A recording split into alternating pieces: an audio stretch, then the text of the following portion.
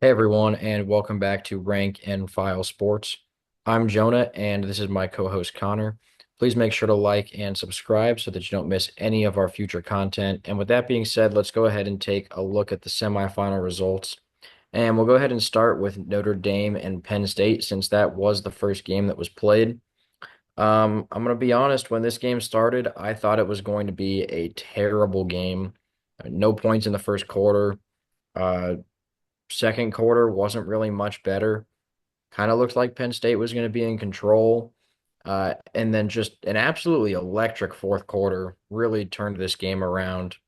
And it really did end up playing out just like we thought it would. It was a really close game. Notre Dame got it done in the end.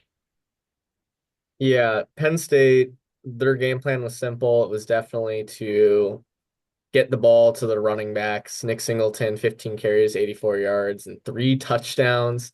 Um, Katron Allen, I think, also had a solid game. Obviously, not as good as Nick Singleton, but the rushing attack for the Nittany Lions was definitely the primary focus. Um, Notre Dame, the rushing attack wasn't as good or prolific as we've seen them throughout this playoffs or throughout the season, with Jeremiah Love only mustering 46 yards on the ground, Riley Leonard only having 35 of his own.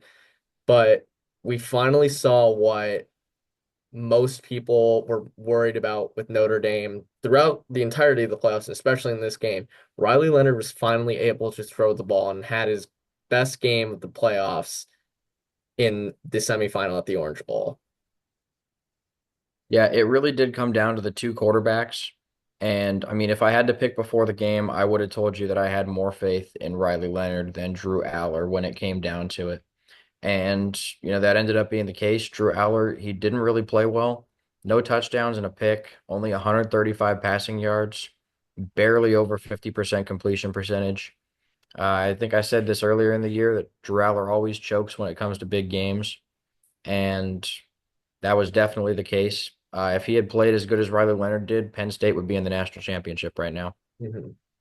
And Drew Aller's biggest thing is that his interception, like you can throw an interception in this game. Riley Leonard threw two picks, but the difference is Drew Aller threw that interception with a minute left in the game at his own 40-yard line. And Notre Dame took that interception and were able to walk it off with their game-winning field goal. So, um, so that's the biggest difference maker. It's those key situations where you need to make those kinds of plays, and that ultimately cost Penn State this game. Another quick note was that Drew Eller did not complete a single pass to a wide receiver this entire game. That's not entirely his fault, considering Penn State's wide receiver room is not the strongest compared to the rest of college football. But yeah, when half of your receptions are by your tight end, and the other half are from running backs and other tight ends, it's not a recipe for success, especially in a semifinal game. The defense played great throughout the game, limiting the rushing attack for the Fighting Irish, but at the end of the day, Riley Leonard came through and Notre Dame was able to win this game. Yeah, we said going into it that if Penn State was going to win, that Tyler Warren would have to be a big factor. We did not mean that he'd have to be the only factor. You gotta throw it to the other players. Mhm. So definitely another reason that Penn State lost that game for sure was just you got to get the ball around to your receivers. Next up is going to be Texas and Ohio State. By far the toughest matchup Ohio State has had of the postseason. Texas, they really gave them pretty much everything they could handle, got all the way down to the 1 yard line with 2 minutes left, almost tied it. And then I'm sure everybody saw that play by Jack Sawyer on fourth down. Incredible play by him. And he really got Ohio State this win. Both teams played great. Both quarterbacks played great. All around, it was just a really incredible game. But somebody had to win. That was the Buckeyes. They got it done in the end when it mattered the most. Yeah, I mean, I'm going to sound like a broken record because I'm going to say it for the 100th time. Travion Henderson is the X factor for this Ohio State team. Texas scores with what, 12 seconds left in the second quarter, It was going about into 29, I halftime. believe. Yeah. So there's basically no time left. Ohio State needs to go 75 yards and 29 seconds to essentially put up any sort of points. And Travion Henderson takes a screen pass for 75 yards to put Ohio State up 14-7. That sort of energy, the momentum that Travion Henderson making those kinds of plays brings is why this Ohio State team is so dangerous, especially considering the fact that Texas was the best defense that Ohio State played up until this point and limited probably the MVP of the playoffs to this point in Jeremiah Smith, who only had one catch for 3 yards in the first half, and that translated to the entire game. So having other guys make plays around someone like Jeremiah Smith, Carnell Tate being the leading receiver, Trevion Henderson having that 75-yard touchdown catch, Quinshon Junkins having two rushing touchdowns. It all of the weapons Ohio State has allows for people to have off days from time to time, or for people to be triple covered as Jeremiah Smith was, having brackets all around him. So this Ohio State team is very dangerous, but Texas did give them a run for their money. Quinn Ewers was playing lights out for the entire game. I'm not going to really care too much about that interception, considering while they were down 28-14 with basically 2 minutes to go, and he had to make some plays. So he had to force something down the field, and Caleb Downs was just right where he was looking. But these two teams probably had, at this point, the game of the playoffs. Yeah, it really was an incredible game. Give Texas credit for sure. By far the best any team has been able to do to lock down Jeremiah Smith. Yeah, they had to use three guys, but I mean, we saw what he did to Oregon. So they really did what they had to, and it honestly gave them a shot to go win this game. Just amazing play by Jack Sawyer, and then obviously the interception by Ewers that sealed it. But like you said, you can't blame him for that. You got to go make plays at that point. Mhm. And it was a great read by Caleb Downs to snag that interception there at the end. So moving on to our national championship prediction. ESPN has the Buckeyes as just slight favorites percentage wise. The spread has gotten down to 8 points after it opened at 9.5. Just overall, I think there's a lot of people who are favoring Ohio State in this one. I still think it's going to be a really good game.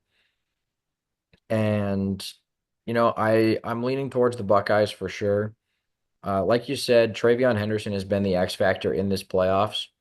And I think that honestly, Notre Dame is really going to have to limit him if they want a chance to win this game. And, they have a good defense, but it's not as good as Texas's. I really can't see them being able to stop Jeremiah Smith as well as Texas did and slow down Travion Henderson as well as all the other weapons the Buckeyes have. In the end, I just think the Ohio State offense is going to be too talented and Notre Dame isn't going to be able to keep up. Yeah, it's definitely going to be that Ohio State offense versus the Notre Dame defense for the majority of the game, and that's going to be the deciding factor. I saw something where Notre Dame, I think, is actually the number one team in the country when it comes to man coverage. I don't know exactly what it's counting towards it, but it's some stat that I saw. Um, it's going to be very interesting because now they're obviously going to be watching film from this Texas game because they limited Jeremiah Smith. Are they going to come out in something similar? Are they going to have that three-person bracket and then send their best one-on-one corner to guard Emeka Ibuka and make Will Howard throw to Carnell Tate and G. Scott or the running backs out of the backfield? It's going to be a very interesting game. The key for Notre Dame, if they want to stay in this game, is that their offense has to control the game. They're a run first team through and through. Riley Leonard, even though he threw 230 passing yards essentially in that semifinal game, is not going to give you that consistently, or at least I don't think so. So they're going to want to run the ball as much as they can to bleed clock and also wear out Ohio State's defense. Because if they get into a shootout or Ohio State's offense starts getting some quick scores one after another, I don't think Notre Dame can keep up because I think Ohio State's secondary is going to be able to limit those big plays. I don't know what this if there's a stat on it, but I feel like Ohio State's defense does not allow very many big plays in general, whether it is passing or running. So I think Ohio State is going to win the national championship. I do think it will be closer than some people think. Um, I think Notre Dame definitely has a lot of fight in them. I think their secondary is comparable to Ohio State's. I believe they also had a safety named to the All-American team this year alongside Caleb Downs from Ohio State. But yeah, Trevion Henderson's going to be the difference maker in this game on offense. And then defensively, this Ohio State defense is playing out of their minds recently. Um, they had 8 sacks in the first two college football playoff games. I think they sacked Quinn Ewers maybe 2 or 3 times, so they're at around a dozen They're at sacks. 16 sacks in They're this at playoff. 16. 16. They had four against Tennessee, eight against Oregon, and then four Was more against Texas. And Notre Dame has allowed 8 sacks in the college football playoff. So that's that's also definitely going to be a matchup to watch there with the Ohio State defensive line and the Notre Dame offensive line. And I think also Notre Dame's starting left tackle is going to be out for this game, which I believe this offensive line has played a very large chunk of games and snaps together. So that's going to be a huge factor. Whoever is going to be lined up against whoever their Notre Dame's new left tackle will be. So at the end of the day, it's going to come down to, can Riley Leonard make plays with his arm as much as he can with his legs to keep up with this Ohio State offense? And can Will Howard not telegraph his passes? Because that's been his biggest issue, is that he tends to get tunnel vision from time to time. His pick against Texas, because he was staring down Jeremiah Smith trying to get him involved, and they were able to lurk. The linebacker was able to lurk him for the interception. If Will Howard and Ohio State can limit their mistakes, capitalize on any mistakes that Notre Dame has, I think Ohio State will win this football game. Yeah, I'm going to go with 28 to 23. Ohio State wins. It's going to be pretty close. I like Notre Dame to cover the spread, but I think the Buckeyes are going to get it done. And that 28 to 23, it's because Notre Dame's going to be going for two after getting a late touchdown, try and make it a field goal game. So really more like 28 to 17, and they get a last minute score to try and come back. Yeah, I'll probably hang right around there. Maybe I'll say like 31 to 23, something like that. I think it'll be right around that 8 points. I think, like you said, they're going to be going for two at some point. It's going to be a game that comes down to the wire.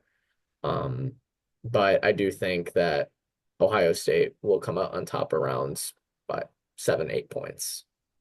Yeah. All right. Well, thank you everyone for watching. Please make sure to like and subscribe. And if you're interested in the NFL, we'll have some NFL predictions coming out very soon.